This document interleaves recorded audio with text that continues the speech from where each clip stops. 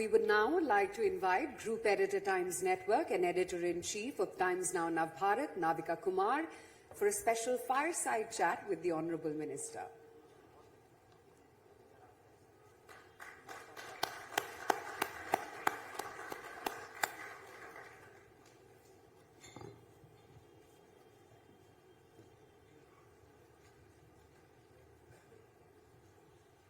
Big round of applause for the Union Home Minister.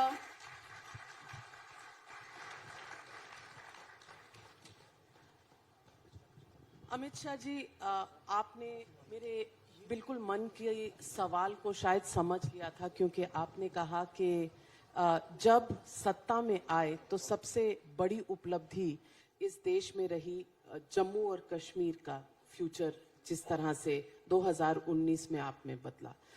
मैं पहले एक पर्सनल नोट पे आपसे पूछती हूँ कि आपके कार्यकाल में आपकी सबसे बड़ी उपलब्धता आप क्या जम्मू और कश्मीर को मानते हैं, और क्या इसकी वजह से दुनिया में भारत ने एक नया स्टेटमेंट दिया? देखिए, मेरी व्यक्तिगत कोई उपलब्धि नहीं होती है। मैं मोदी जी की कैबिनेट का सदस्य हूँ। पूरी कैबिनेट की उपलब्धि होती है, पूरी सरकार की उपलब्धि होती है। मगर हाँ, जम्मू कश्मीर में मोदी सरकार ने बहुत बड़ा परिवर्तन किया है। वर्षों से एक प्रचारित किया जाता था कि धारा 370 के कारण ही जम्मू कश्मीर भारत के साथ जुड़ा है। आज धारा 370 नहीं है, 35 नहीं है, जम्मू कश्मीर भारत के साथ जुड़ा है। और लगभग 30,000 पंच सरपंच लोकतंत्र को जम्मू कश्मीर में परकोलेट कर कर एक नई पीढ़ी, वहां लोकतांत्रिक पीढ़ी नई खड़ी हो रही है। 56,000 करोड़ का इन्वेस्टमेंट आया है। 80 लाख टूरिस्ट, जो आजादी के बाद सबसे ज्यादा है, वो अब तक चले गए हैं जम्मू कश्मीर के अंदर। और इसके साथ साथ जम्मू कश्मीर की अपनी भाषाओं को पहली बार हमने राज्य की भाषाओं के रूप में स्थान दिया है। वहां जो पिछड़े हैं, दलित है, आदिवासी है, उनको आरक्षण का फायदा मिला है। महिलाओं को अपना अधिकार मिला है। जम्मू कश्मीर में हर घर में बिजली पहुंचाने का काम समाप्त हो चुका है। हर घर में जल से नल पहुंचाने का काम समाप्त हो चुका है। जम्मू कश्मीर में हर व्यक्ति को, देश भर में सिर्फ गरीबों को है, जम्मू कश्मीर में हर व्यक्ति को 5 लाख तक का इलाज आज सरकारी व्यवस्था से फ्री ऑफ कॉस्ट हो रहा है। और जम्मू कश्मीर में इन्वेस्टमेंट के कारण नई ऊंचाई जम्मू कश्मीर हासिल कर रहा है। और जहां तक आतंकवाद का सवाल है, मैं इतना निश्चित रूप से कह सकता हूं कि 90 के दशक में जब से आतंकवाद शुरू हुआ, तब से लेकर आज तक आतंकवाद की सबसे कम घटनाएं और पथराव शून्य हो गए। बहुत बड़ी उपलब्धि है मोदी सरकार की, इसमें दो राय नहीं है। और बड़े बड़े सुरक्षा के क्षेत्र के पंडित कहते थे कि धारा 370 को छूना मत, हाथ जल जाएंगे। धारा 370 चली गई, जम्मू कश्मीर आज खुशहाल है। देश के अंदर भी टेररिज्म पर कंट्रोल पाने में इससे बहुत बड़ी मदद मिली। अमित शाह जी, इस सवाल के साथ हमेशा एक सवाल जुड़ा होता है, जिसे कुछ लोग कहते हैं कि एक फर्जी पिक्चर के थ्रू उठाया गया था, कश्मीरी हिंदुओं का सवाल। आज भी वो अपने घर लौट नहीं पाए हैं। ये आपका शायद एक वादा है जिसके लिए अभी भी लोग इंतजार कर रहे हैं। इस वादे पर आप क्या कहेंगे? देखिए नाविका जी, ये एक रिलेटिव प्रश्न है। जम्मू कश्मीर में हिंसा, पहले मानो 400 नागरिक मारे जाते थे, लक्ष्य तो कोई नंबर ऐसा होना चाहिए है भी, परंतु आज 12 मरे। 400 से 12 का मजल हमने काट लिया है, तो 12 से 0 का भी काट लेंगे।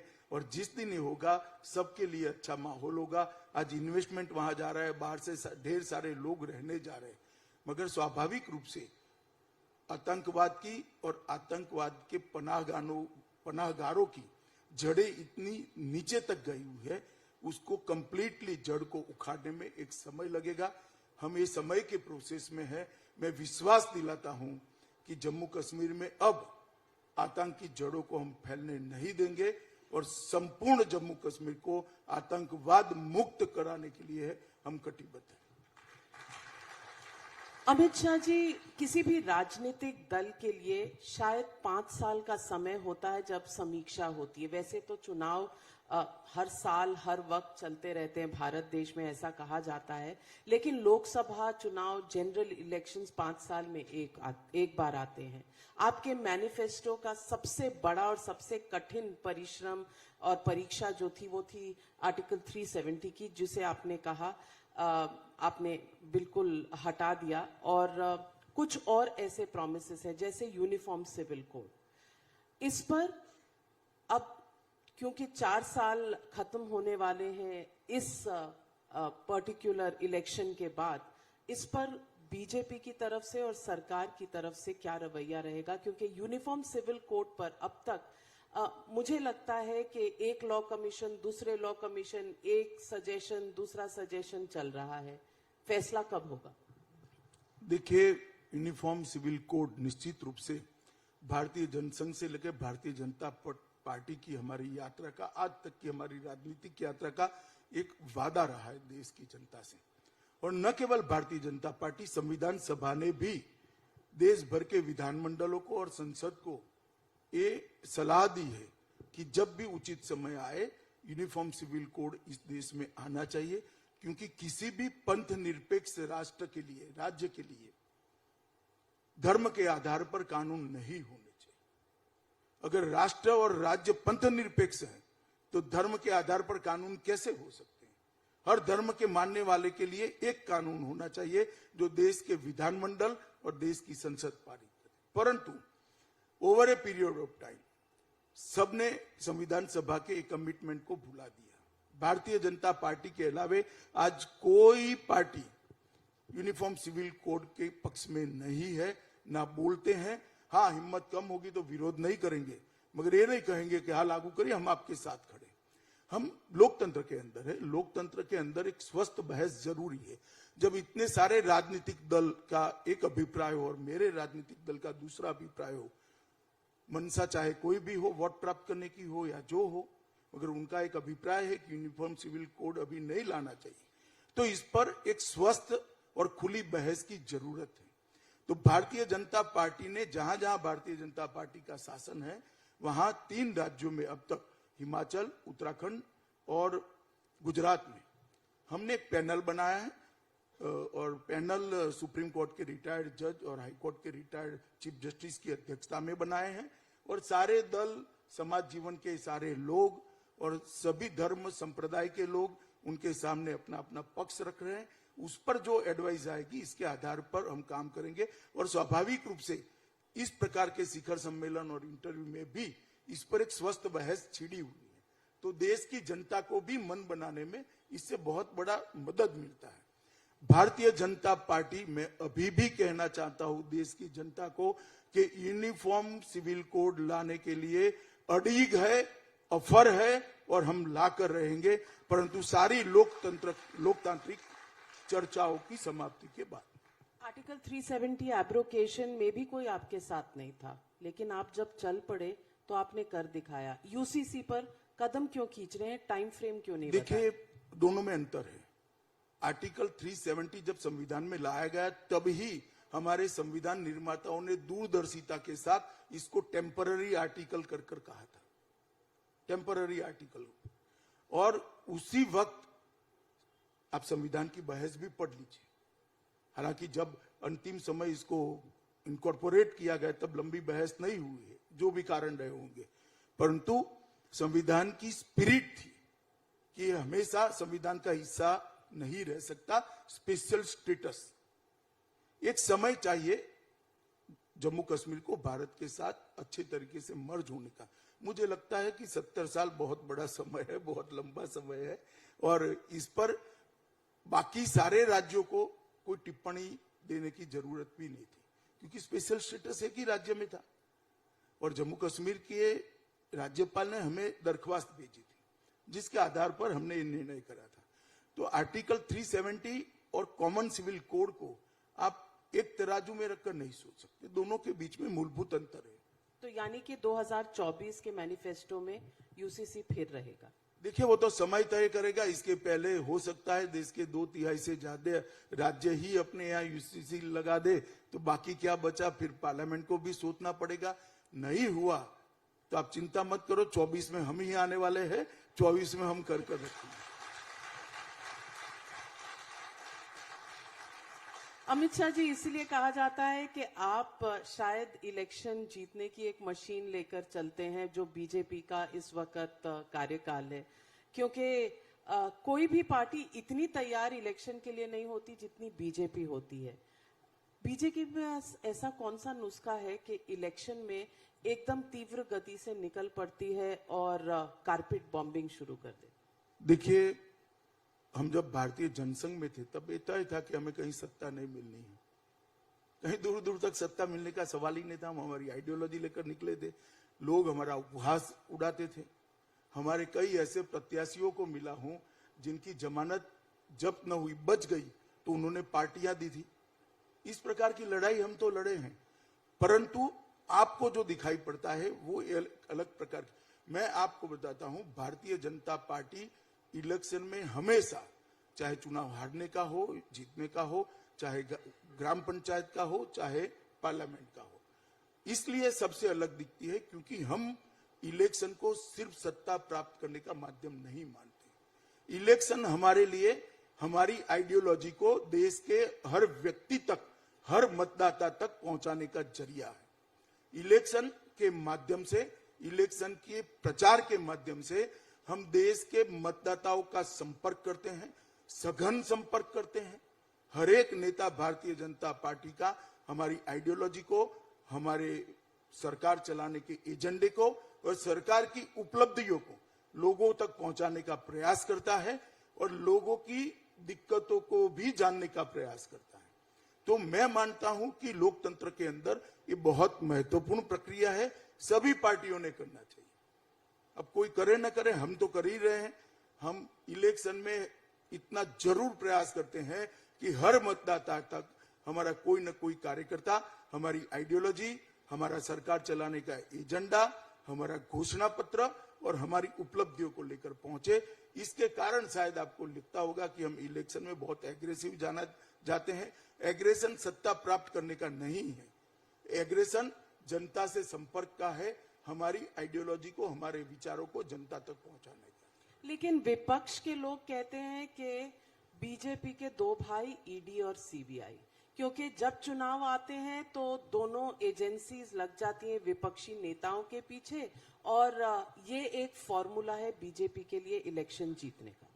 देखिए, इस देश में न्यायपालिका 3 स्तरीय न्यायपालिका है। डिस्ट्रिक्ट लेवल पर हाई कोर्ट है, सुप्रीम कोर्ट है, और विपक्ष भी ऐसा नहीं कह सकता कि हमारे यहाँ न्यायपालिका स्वतंत्र नहीं है।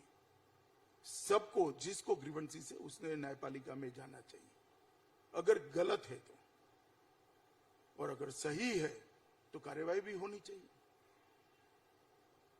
जो राजनीतिक दल चलाते हैं उनको आर्थिक अपराध करने का परमिट है क्या? और जब कांग्रेस के शासन था तब भी उन्होंने ये सब किया है। सब लोग न्यायपालिका में गए हैं।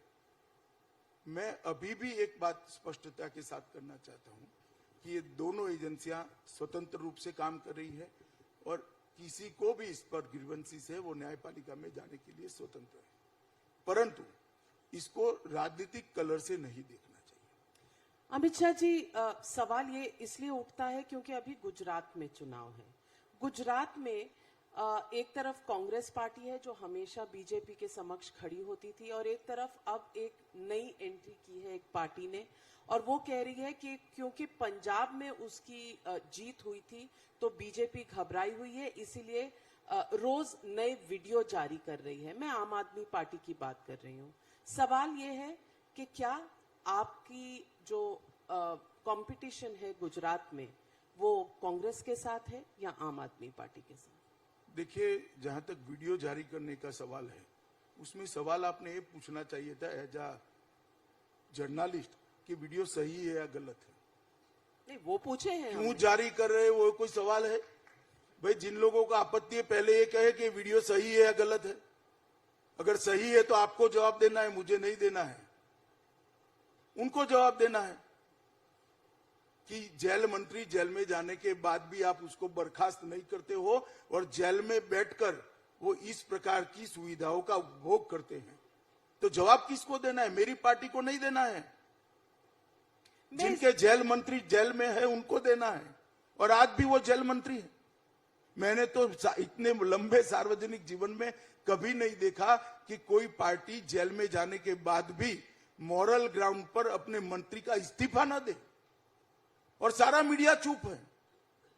सारा मीडिया इंक्लूडिंग टाइम्स नाउ, सभी लोग चुप है।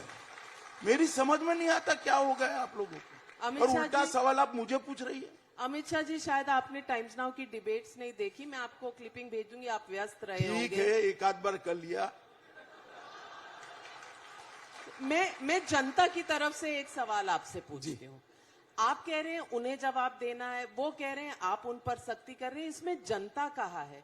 क्या कानून में या कॉन्स्टिट्यूशन में ऐसा कोई प्रावधान नहीं है कि जैसे आपने जेल के आईजी का तबादला कर दिया, उसको सस्पेंड कर दिया, वैसे ही आप एलजी के थ्रू प्रेसिडेंट को एक रिकमेंडेशन भेजे और सस्पेंड कराएं ऐसे मिनिस्टर को? नहीं है ऐसा कानून में प्रावधान।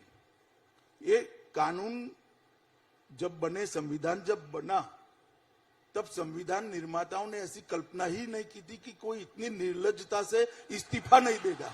तो शायद ये प्रावधान करना रह गया है। इन्होंने ऐसे सार्वजनिक जीवन की कल्पना ही नहीं की थी कि जेल में जाने के बाद भी, मैं भी जेल में गया हूं नाविका जी, जाने के अगले दिन मैंने इस्तीफा दे दिया था। इस तरह से नहीं चलता है सार्वजनिक जीवन। हम पर भी सारे केस हुए थे, हम कोर्ट के सामने लड़े और कोर्ट ने कहा कि राजनीतिक षड्यंत्र था, केस फर्जी है। अगर आप पर जाति होती तो कानून की अदालत में जाना पड़ता है। तो इस तरह से निर्लज्जता से व्यवहार नहीं कर सकते आप। तो आपको लगता है समय आ गया है कि कानून में या हमारे कॉन्स्टिट्यूशन में संशोधन होना चाहिए? क्योंकि जनता मूक दर्शक बन के बैठी है, किसी के पास इख्तियार नहीं है कि जेल में बैठे मंत्री की सेवा हो रही है और उन्हें कोई निकाल नहीं रहा। नहीं, जनता के पास सभी इख्तियार है भाई। 5 साल में जनता के पास ही इख्तियार होता है। हम सब ने हर 5 साल जनता से थप्पा लगवाना होता है, हमारी स्वीकृति करनी होती है और जनता जवाब भी देती है। ऐसा नहीं है। अब इस देश की डेमोक्रेसी पहले से बहुत मैच्योर है। दुनिया में एकमात्र देश ऐसा है, इतने ही सारे परिवर्तन खून का एक कतरा बहाए बगैर हो गया। आज बड़े से बड़े देश में भी काउंटिंग होते होते कई बार 20-20 दिन लग जाते हैं। हमारे यहाँ 2 बजे तक विजेता बाहर आ जाता है और कहीं पर कुछ नहीं होता है। बहुत अच्छे तरीके से परिवर्तन हो जाता है। जनता के पास पूरा अख्तियार है। जनता बहुत मैच्योर है, सब कुछ देखती है और वो परिवर्तन करेंगी। परंतु हाँ, इस प्रकार के जो लूप होल्स मॉरल ग्राउंड के वक्त हमारे संविधान निर्माताओं की ऐसी कल्पना ही न होने के कारण रह गए, इस पर जरूर विचार करना चाहिए, बहस कर इसको सुधारना चाहिए। अमित शाह जी, एक सवाल और उठ रहा है मेरे मन में। महिला भी हूं, इस देश की सदस्य हूं, इस देश की सिटीजन हूं। श्रद्धा, आजकल के दिन में हमारे सामने श्रद्धा का एक केस आया है। केस सिर्फ श्रद्धा का नहीं है, केस महिलाओं का है और केस कन्वर्जन और ये जिसे आम तौर पे लव जिहाद कहा जाता है। आपको लगता है कि एंटी कन्वर्जन लॉ की आवश्यकता है इस देश में, या जो हमारे पास कानून है क्या वो काफी हैं इस तरह की वारदातों को रोकने के लिए? देखिए, जहां जहां भारतीय जनता पार्टी की राज्य सरकारें हैं, हमने तो एंटी कन्वर्जन लॉ बनाए हैं। और गुजरात जैसे प्रदेश का तो मैं डिटेल बता सकता हूं, वहां सख्ती के साथ इसका इम्प्लीमेंटेशन भी करते हैं। और आप संविधान सभा की चर्चा को पढ़ेंगे तो धर्म का प्रचार करना और लोभ, लालच, डर इससे धर्म परिवर्तन करना, 2 चीजों को बहुत अच्छे तरीके से हमारी संविधान सभा ने सेपरेट किया हुआ है। आप धर्म का प्रचार कर सकते हो, परंतु सुविधाएं देकर, लोभ देकर, डर दिखाकर किसी को धर्म परिवर्तित करने के लिए मजबूर नहीं कर सकते। ये संविधान का स्पिरिट है। और अभी सुप्रीम कोर्ट ने भी एक याचिका हुई है सुप्रीम कोर्ट ने भी इस बात को बहुत स्पष्ट किया है। तो मैं मानता हूं कि राज्यों के विधायकों का जो विधानमंडल है, इसका एक काम है कि इस पर विचार करे। जहां जहां भारतीय जनता पार्टी की सरकारें हैं, लगभग हर जगह पे हमने धर्म परिवर्तन के रोक के लिए कानून बनाए हैं और इसको इम्प्लीमेंट भी करेंगे। नेशनल लेवल पर देखिए, ये ग्रे एरिया है स्टेट सब्जेक्ट और सेंट्रल सब्जेक्ट का। अगर नेशनल लेवल पर करना है तो इसकी व्याख्या पहले करनी पड़ेगी कि राष्ट्रीय स्तर पर एक कानून हो सकता है, नहीं हो सकता है। मैं इस पर एक और सवाल आपसे पूछना चाहती हूँ। जिस बर्बरता से श्रद्धा का मर्डर हुआ, एक चिट्ठी भी सामने आई, आपको लगता है कहीं स्टेट्स के बीच में कोऑर्डिनेशन की कमी, या मुंबई, महाराष्ट्र पुलिस और दिल्ली पुलिस, इसके बीच में श्रद्धा का एक एग्जाम्पल बन गया है कि किस नहीं, तरह देखिए, से? इसमें महाराष्ट्र पुलिस, दिल्ली पुलिस के कोऑर्डिनेशन का कोई कमी नहीं है। मैं पूरे मामले पर मेरी नजर है। मैं देश की जनता को इतना कहना चाहता हूं कि जिसने भी ये कृत्य किया है, कानून की अदालत के द्वारा कम से कम समय में कड़ी से कड़ी सजा दिलाने का काम Delhi police as a prosecution agency करेगी। परंतु जो चिट्ठी सामने आई है, इसमें दिल्ली पुलिस का कोई रोल ही नहीं है।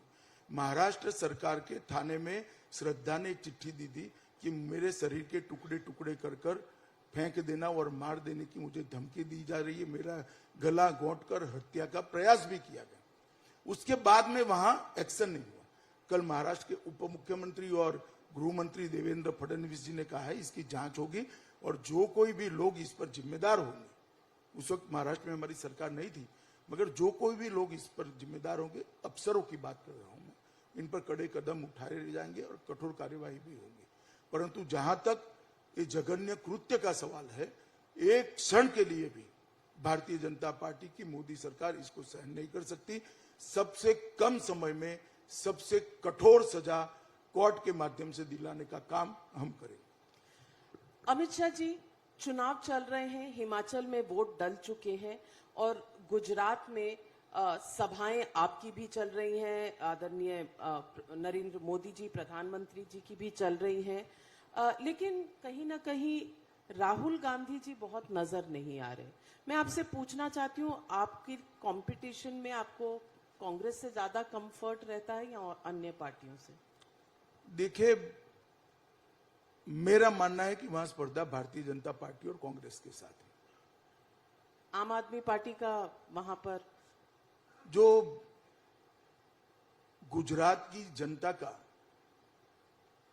चुनाव का इतिहास है, वोट करने की पैटर्न है, इसमें 3 मौके ऐसे आए जब बहुत बड़े गुजरात के नेताओं ने एक अलग दल बनाया। सबसे पहले चिमनभाई पटेल ने बनाया, जो गुजरात के पूर्व मुख्यमंत्री थे।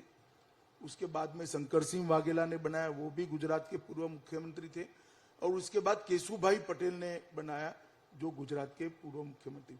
मगर कोई भी 10 का आंकड़ा पारित नहीं कर पाया। गुजरात की जनता ने हमेशा ये 2 राष्ट्रीय राजनीतिक दल के बीच में ही अपने मत को विभाजित किया है। और अभी जो जमीनी चित्र भी दिखाई पड़ता है, दिल्ली के मीडिया में ललक रहती है कि कोई तो बीजेपी के खिलाफ खड़ी हो तो किसी न किसी को आगे बढ़ाने का प्रयास आप लोग करते रहते हो, परंतु जो जमीनी हकीकत है वहां पर सीधा सीधा भाजपा और कांग्रेस के बीच में स्पर्धा है। अमित शाह जी, क्योंकि आप जमीन पर हर डिस्ट्रिक्ट लेवल पर हमेशा समीक्षा करते हैं, अपनी रिपोर्टिंग डेज में मैंने खुद देखा है आप किस तरह से हर पन्ना प्रमुख तक से मिलते हैं। मैं आपसे ये पूछना चाहती हूँ कि आपका अपना आकलन क्या है, गुजरात में कितनी सीटें? क्योंकि पिछली बार 99 वर्सेस 77 था, इस बार? देखिए, गत चुनाव जो था गुजरात का, वो 3 बड़े जाति के आंदोलन कांग्रेस पार्टी ने खड़े किए। चुनाव के 1.5-2 साल पहले वो 3 जाति के आंदोलन के परछाई में चुनाव लड़ा गया। एक प्रकार से प्रदूषित चुनाव था, जातिवाद का असर था मतदाताओं पर, इसकी परछाई थी और वो परछाई में चुनाव लड़ा गया था। इसके बाद लोकसभा का चुनाव हुआ, हम 26 की 26 सीटें जीते। इसके बाद स्थानीय निकायों का चुनाव हुआ, हम 92% सीटें जीते और सभी यूनिट में आज गुजरात के हर जिला पंचायत में भारतीय जनता पार्टी का शासन है, हर म्युनिसिपल कॉर्पोरेशन में भारतीय जनता पार्टी का शासन। और उसके बाद जितने उपचुनाव हुए कमोबेश 98% उपचुनाव हम जीते। तो बहुत स्पष्ट ट्रेंड है कि इस बार अप्रत्याशित रूप से भारतीय जनता पार्टी जीतने जा रही है और भारतीय जनता पार्टी अपने जीत के सभी रिकॉर्ड, सबसे ज्यादा सीट प्राप्त करने का रिकॉर्ड और सबसे ज्यादा मत प्रतिशत प्राप्त करने का रिकॉर्ड तोड़ेगी, इसका मुझे भरोसा है। नंबर नहीं देंगे इस बार? नंबर मतलब मैंने कह दिया तो हमारा रिकॉर्ड 129 का है तो 129 के ऊपर ही जाएगा, 129 के ऊपर कुछ भी जा सकता है। मैं ये भी पूछना चाहती हूँ कि पिछले साल आपने पूरी वहां की व्यवस्था बदल दी थी, चीफ मिनिस्टर बदला, कैबिनेट बदला और नए पूरा कैबिनेट बनाया और मुख्यमंत्री। क्या गुजरात नरेंद्र मोदी है या लोकल लीडरशिप का भी असर है? क्योंकि गुजरात यानी नरेंद्र मोदी यानी गुजरात, कुछ इस तरह का रिश्ता है। नहीं, बहुत स्वाभाविक है, नरेंद्र मोदी ही गुजरात के हैं।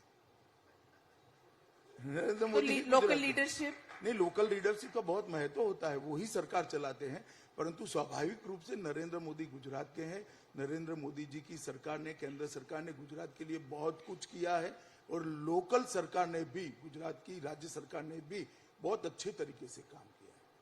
इसका परिणाम है कि गुजरात आज देश के एक्सपोर्ट के अंदर 30% कंट्रीब्यूशन कर रहा है। सबसे ज्यादा एमएसएमई का रजिस्ट्रेशन गुजरात में होता है, सबसे ज्यादा स्टार्टअप का रजिस्ट्रेशन गुजरात में हुआ है, सबसे ज्यादा औद्योगिक निवेश प्राप्त करने वाले राज्यों में 10 साल से कंटिन्यूअसली गुजरात 1 से 3 में रहा है। और कानून और व्यवस्था की परिस्थिति बहुत अच्छी है, इंफ्रास्ट्रक्चर बहुत अच्छा हुआ है, शिक्षा के क्षेत्र में ढेर सारे एक्सपेरिमेंट हमने किए हैं, अलग अलग प्रकार की कई यूनिवर्सिटियां वहां पर बनी है, शिपिंग के लिए बनी, पेट्रोलियम के लिए बनी, ढेर सारी यूनिवर्सिटियां वहां पर बनी है, एफएसएल यूनिवर्सिटी बनी है, रक्षा शक्ति यूनिवर्सिटी बनी है, चाइल्ड यूनिवर्सिटी बनी है, ढेर सारे शिक्षा के क्षेत्र में एक्सपेरिमेंट हमने वहां पर किए हैं और सफल एक्सपेरिमेंट किए हैं। और गुजरात की जनता आज भी अड़ीक होकर कमल के साथ है, मोदी जी के साथ है, भाजपा के साथ। और हिमाचल प्रदेश? हिमाचल प्रदेश में भी हम रिपीट करने जा रहे हैं। आप मेरी बात याद रखना, जिस दिन काउंटिंग होगा गुजरात और हिमाचल दोनों जगह पे और एमसीडी में दिल्ली में, तीनों जगह पे भारतीय जनता पार्टी निश्चित रूप से जीतने जा रही है। आपने गुजरात और हिमाचल के साथ एमसीडी भी जोड़ दिया क्योंकि वहां चुनाव है। आप दोबारा पूछो, इसके पहले मैंने कह ही दिया।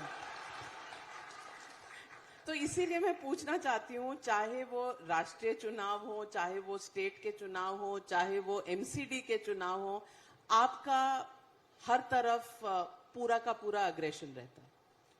नहीं, देखिए, मैं तो अलग प्रकार का नेता हूं और भारतीय जनता पार्टी के ज्यादातर नेता इसी तरह के हैं। मैं बूथ से आया हूं। मेरे करियर की शुरुआत एक संघवी हाई स्कूल के बूथ नंबर 243 के अध्यक्ष के रूप में हुई थी। तो मैं तो बूथ तक के चुनाव को लड़ने की मानसिकता वाला नेता हूं और बूथ तक के चुनाव जीतना चाहिए, वो जुनून के साथ राजनीति में काम करने वाला व्यक्ति हूं। भारतीय जनता पार्टी की आइडियोलॉजी, केवल भारतीय जनता पार्टी की आइडियोलॉजी इस देश का भला कर सकती है, सही दिशा में जा सकती है, ऐसा मेरा मानना है। इसीलिए तो मैं भारतीय जनता पार्टी का कार्यकर्ता हूं। मैं सवाल ये भी पूछना चाहती हूँ कि एक डिबेट छेड़ी गई थी और ये डिबेट और बहस थी कि फ्रीबीज नहीं होने चाहिए किसी चुनाव में, लेकिन ये जो गरीब कल्याण योजना जिसको सोचा गया था कोविड के दौरान, क्या ये भी एक फ्रीबी नहीं है? ये सवाल विपक्ष उठाती है। जरा भी नहीं है। अच्छा हुआ आपने सवाल पूछ लिया। देश की जनता में भी बहुत सारी भ्रांतियां अगर होगी तो इसका निरसन आज हो जाएगा। देखिए, भारतीय जनता पार्टी की जितनी भी गरीब कल्याण की योजना है उसको और रेवड़ियां बांटने वाले कल्चर में मूलभूत अंतर है। भारतीय जनता पार्टी ने सबको गैस का सिलेंडर दिया है। गैस का सिलेंडर फिल करना मुफ्त में नहीं किया है। हमने सबके घर में बिजली पहुंचाई है, बिल वो उपभोक्ता भर रहा है। हमने सबके घर में शौचालय बनाया है, इसका मेंटेनेंस वो ही कर रहे हैं। हमने सबको घर दिया है, घर को आगे रिपेयर करना, चलाना और मेंटेन करना वो ही कर रहा है। हमने गरीब के जीवन स्तर को उठाने के लिए एक बहुत बड़ा गैप रह गया, 70 साल के अंदर देश में बहुत बड़ा तबका आगे निकल गया, वो वहां के वहां रह गए। तो हमने वो गैप भरने के लिए, उसके जीवन स्तर को उठाने के लिए बेसिक रिक्वायरमेंट पूरी करने का काम किया है। हमने उसके दैनंदिन जीवन में कुछ फ्री नहीं दिया है। जहां तक अनाज का सवाल है, सबको मालूम है कि कोविड आने के बाद लंबे समय तक लॉकडाउन रहा और कोविड की परछाई में एक स्लो डाउन भी आया, इकोनॉमी थोड़ी लड़खड़ाई भी। ढेर सारे छोटे छोटे काम करने वाले लोग, कोई रिक्शा चलाता है, कोई ठेला चलाता है, कोई रोज की मजदूरी करता है, इसको खाने की भी तकलीफ थी। उस वक्त शासन मूक दर्शक बनकर नहीं देख सकता। और भारत नहीं, सब लोगों ने बैंक अकाउंट में पैसे डाले हैं। हमने बैंक अकाउंट में एक भी पैसा नहीं डाला, उसको 5 किलो अनाज दिया है जो उसके खाने के लिए जरूरी है। तो इसको आप फ्री बीज कर नहीं देख सकते, और ये कोई परमानेंट योजना भी नहीं। ये कोविड की कारण जो स्लो डाउन हुआ और उसके जीवन पर, रोजमर्रा के जीवन पर जो असर पड़ा है, उसमें से उभरने के लिए दी गई सहायता है। और दोनों में अंतर है।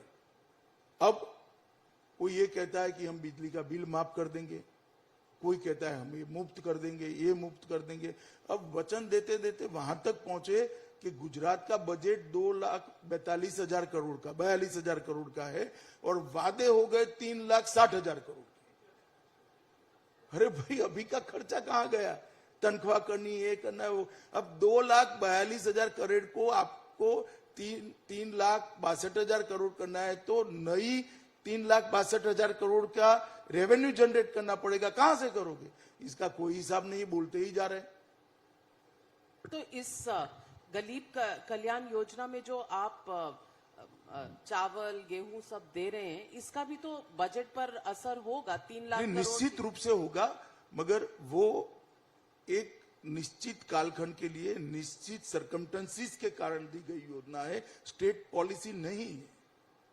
और अब जो वादे हो रहे हैं, स्टेट पॉलिसी के वादे हो रहे हैं। तो अब ये निश्चित काल कब खत्म होगा? क्योंकि कोविड की वो तो हम ही तय करेंगे ना। आप क्यों चिंता कर रही हो इतनी? यानी कि चुनाव से लिंक्ड है?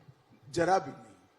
2024 तक चलेगा? तो पहले भी होता, 19 के पहले भी होता, जो चुनाव से रिलेटेड होता। तो सवाल और भी पूछना चाहती हूं कि राहुल गांधी जी भारत जोड़ो यात्रा कर रहे हैं, और कांग्रेस पार्टी का कहना है कि उनको बहुत रिस्पांस मिल रहा है, भीड़ जुट रही है उनके साथ, और राहुल गांधी जी जब इस परीक्षा से बाहर निकलेंगे तो एक नया जन आंदोलन और नई क्रांति लेकर आएंगे। इस पर आपका क्या? देखिए, मैं तो हमेशा से परिश्रम का समर्थक रहा हूं। कोई भी व्यक्ति परिश्रम करे, इसका स्वागत ही है। परिश्रम से परिणाम भी मिलते हैं, मगर परिश्रम से परिणाम तब मिलते हैं जब परिश्रम सातत्यपूर्ण हो। अब आगे देखो। लेकिन कुछ तो बीजेपी घबराई होगी, क्योंकि ऐसी बातें कहने लगी कि राहुल गांधी अब सद्दाम जैसे दिखने लग गए हैं। देखिए नाविका जी, ऐसी चीजों को इतना तूल नहीं देना चाहिए। जब चुनाव होता है तब कई प्रकार की ऐसी चीजें बोली जाती है, कही जाती है, और जनता उसको सुनती भी है, 2 घड़ी मौज करती है। इसको मानकर कोई वोटिंग नहीं बदलता है। एक चुनाव में ऐसे कई प्रकार के बातें की जाती है। अमित शाह जी, सावरकर पर, जिसे वीर सावरकर बीजेपी मानती है, उस पर राहुल गांधी, माफ करना, बीजेपी नहीं, पूरा देश सावरकर जी को वीर सावरकर मानता है। बिल्कुल। वीर सावरकर जो हम सब के लिए हैं, उन्हें राहुल गांधी जी कहते हैं कि वो घुटने टेक कर चिट्ठी लिखा करते थे ब्रिटिश सरकार को, योर ओबीडियंट सर्वेंट।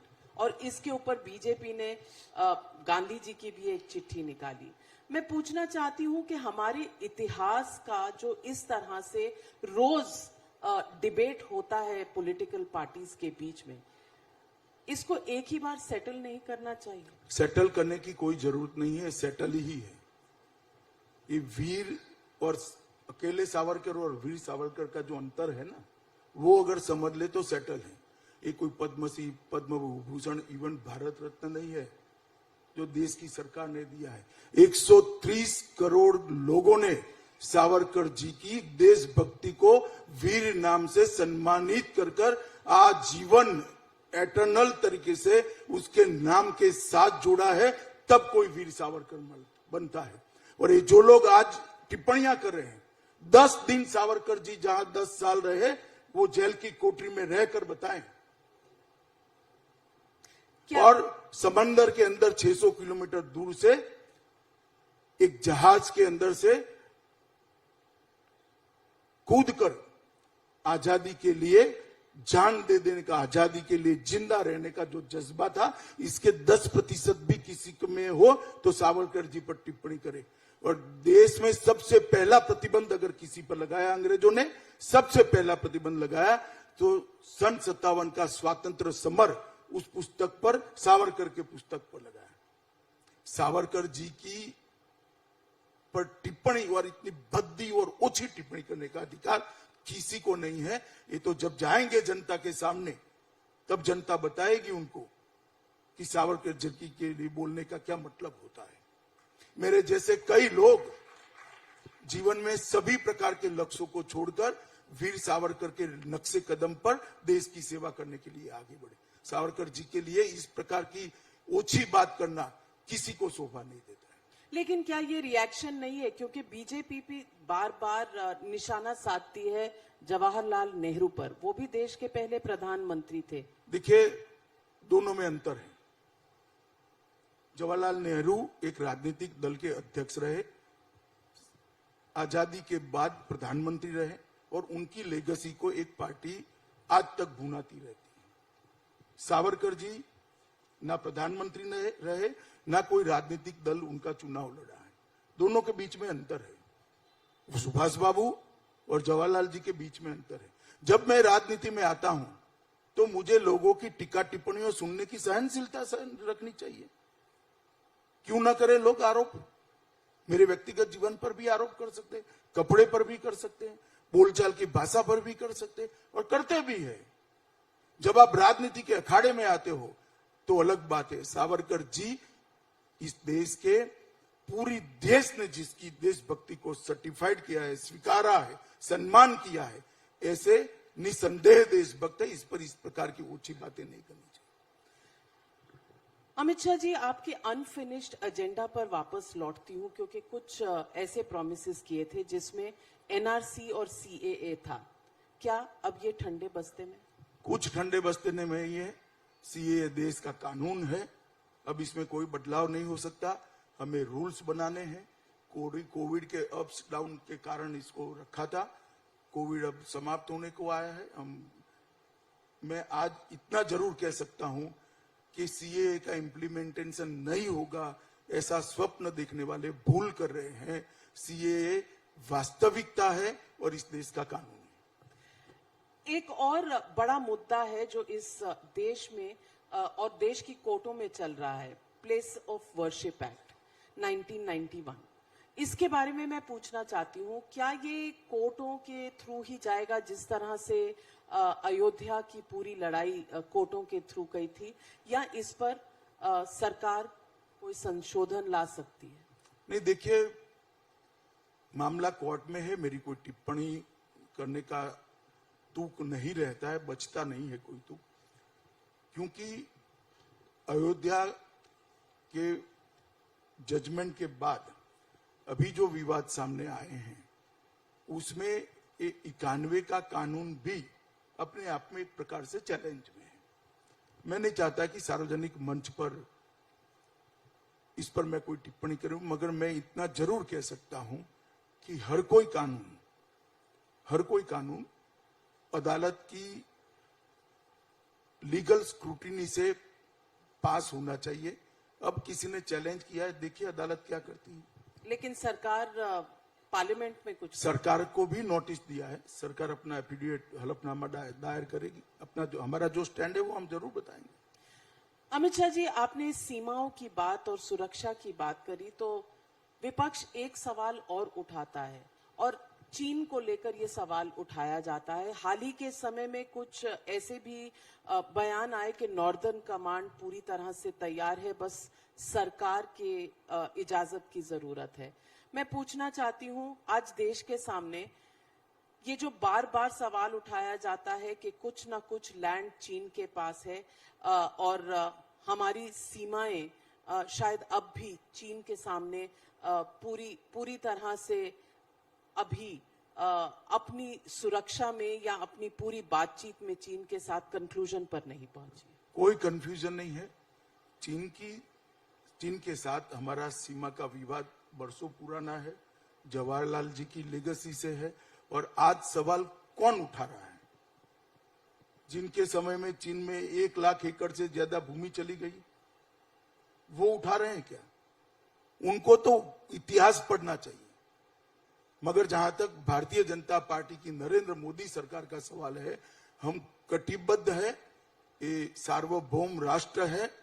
इसकी 1 इंच जमीन भी किसी विदेशी के कब्जे के नीचे नहीं जा सकती। ये हमारा देश की जनता को कमिटमेंट है। अमित शाह जी, 2024 का चुनाव बस आने ही वाला है। 1 साल का समय, 1.25 साल जब रह जाता है तो वो लास्ट माइल शुरू होता है और विपक्ष में कहीं ना कहीं कवायद शुरू हो चुकी है। आदित्य ठाकरे मिल रहे हैं जाके आरजेडी के तेजस्वी यादव जी से, समीकरण बदलने की उम्मीदें नजर आ रही हैं। आपको लगता है कि नॉन कांग्रेस ऑपोजिशन सामने आएगी? नहीं, हो सकता है, होने को तो कुछ भी हो सकता है। हमें कोई आपत्ति नहीं है। हम हमारा एजेंडा लेकर जनता के सामने जाएंगे और भारतीय जनता पार्टी पूरी तरह से विश्वस्त है कि फिर से एक बार सीटों की बढ़ोतरी के साथ नरेंद्र मोदी जी के नेतृत्व में हम फिर से इस देश में सरकार बनाएंगे। 24 में भी एनडीए की सरकार बनेगी। भारतीय जनता पार्टी पूर्ण बहुमत प्राप्त करेगी। और साउथ में तेलंगाना में आपने पूरी ताकत लगा दी, फिर भी आप 10-12 हजार से बाई इलेक्शन में नहीं जीत पाए। तेलंगाना के अलावा आंध्रा, तमिलनाडु, केरल, यहाँ आपकी एंट्री नहीं है। क्या इसका इम्पैक्ट 2024 के चुनाव पर होगा? निश्चित रूप से इस टाइम हमारी एंट्री होगी। तेलंगाना विधानसभा चुनाव में भी इस बार भारतीय जनता पार्टी बहुत अच्छी मेजोरिटी के साथ तेलंगाना में सरकार बनाएगी। आप निश्चित मानकर चलिए। मैं तेलंगाना बरोबर जाता हूं। नीचे की पल्स मुझे मालूम है। परिवर्तन होने वाला है और भारतीय जनता पार्टी की सरकार वहां पर बनने वाली है। अमित शाह जी, जाने से पहले बस एक आखिरी सवाल आपसे पूछना चाहती हूँ। सवाल कि आपका अनफिनिश्ड एजेंडा में सबसे प्रायोरिटी पे आपने क्या रखा? देखिए, भारतीय जनता पार्टी का घोषणा पत्र ही मेरी प्रायोरिटी है। हम घोषणा पत्र को गंभीरता से लेने वाला राजनीतिक दल है। इसीलिए हम इसको घोषणा पत्र की जगह संकल्प पत्र नाम कहते हैं। भारतीय जनता पार्टी के जो भी संकल्प है हमारे प्रायोरिटी के एजेंडा में है। और जहां तक जिस मंत्रालय को मैं संभालता हूं, मैं इतना जरूर कह सकता हूं कि देश की इंटरनल सिक्योरिटी पर इतनी मजबूती से मोदी सरकार का ग्रिप है कि किसी को कोई चिंता करने की जरूरत नहीं है। आंतरिक सुरक्षा बहुत सलामत रहेगी और बहुत अच्छी स्थिति में आज आंतरिक सुरक्षा है। Thank you very much, ladies and gentlemen. Presenting to you Home Minister and Cooperative Sector Minister Amit Shah. Big round of applause. Thank you. Dhanyavad.